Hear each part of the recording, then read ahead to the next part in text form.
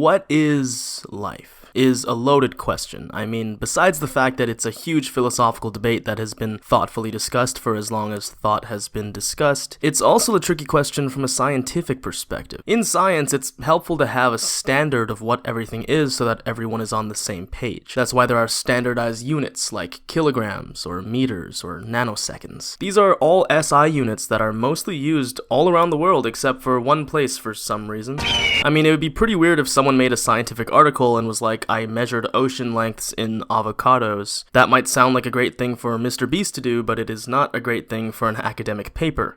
At least not to the world of academia. If I ever read a paper like that, it would be my favorite paper forever. All of this is to say that science likes to be standardized. It's useful that way. So having a standard definition of life is very important for answering a lot of other loaded questions about life. Like, what is the origin of life on Earth? Or what are the chances of alien life? But surprising to no one, there has never been an agreement on what life actually is. So, is life even a definable thing? Well, that is another loaded question. Long has this been a debate, with several proposed definitions that all leave something to be desired and are always disagreed upon. And out of all the hundreds of perspectives and philosophies for determining this definition, none of them have ever been universally accepted. Anyways, the point is that there is no official way of defining life. At least science hasn't been able to agree on one. So knowing this, I want to ask you another question. Are viruses life?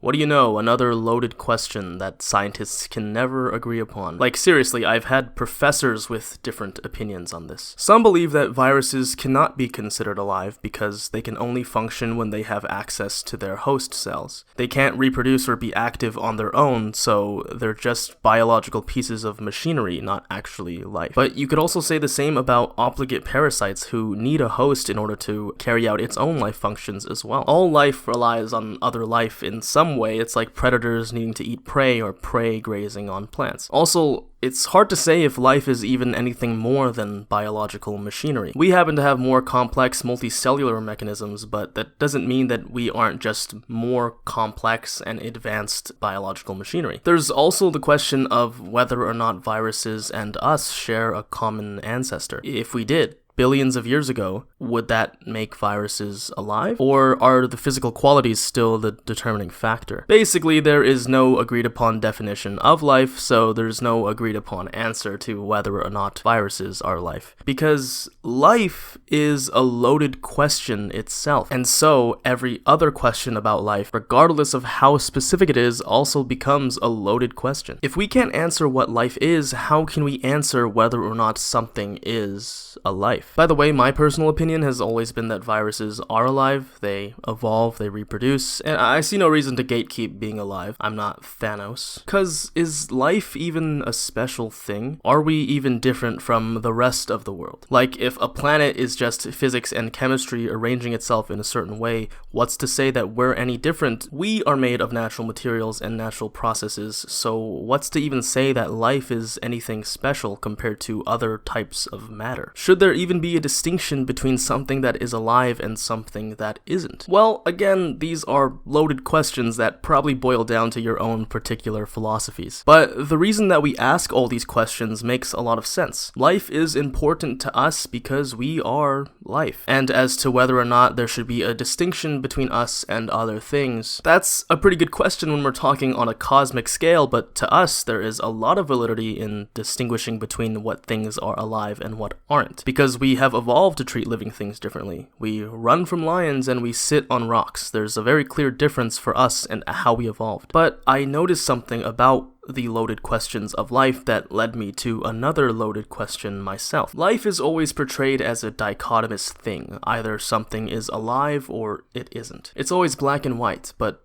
what if there was a gray? Because if you take like every other case in science where two people disagreed on something, the actual result always ends up being they were both right in some way, or it's just a combination of both their theories. Also, when you think about other questions, you can see how context-dependent things really are. Like if you asked, are cookies unhealthy? Well, I guess it depends, right? If I've already had too many, then yeah, sure, but if I'm just having one, there's nothing unhealthy about it. These are proper nutrients, just not if you eat too much. It's just not such a simple thing. There's a lot of nuance and context that matters. So I want to play with the idea of life not being a dichotomy, but rather a measurable thing, like weight or distance, a spectrum. Because if we look at it like this, can we consider some things as more alive than other things? I'm not saying that this is the correct way to think, I'm just bringing it up as a new way to think. Because life has always been viewed as this strict dichotomy, but I think it could be healthy to explore other frameworks. Like gender, sex, and sexuality have always been looked at as a simple dichotomy, but nowadays we have come to this common understanding that it is a spectrum that is more complicated than that. Because spectrums and dichotomies aren't opposing ideas. If a spectrum exists, we are the ones that artificially place the dichotomy on top of it. Of course, true dichotomies exist as well, but the question is,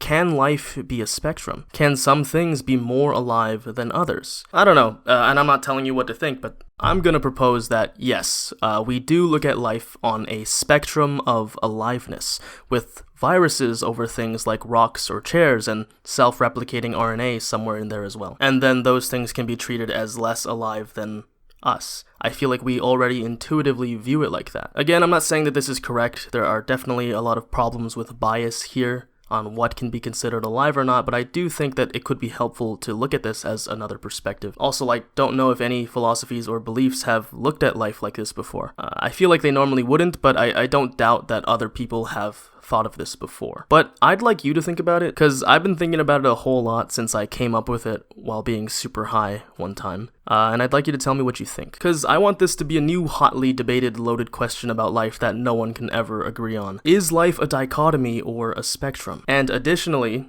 if it is a spectrum, which is what I choose to believe, then are older people more dead than younger people? Does age and other physical conditions come into play as well? How far can we apply this? Look, I don't know, but what I do know is that this video is less alive than it was when you first started watching it, and it's about to die.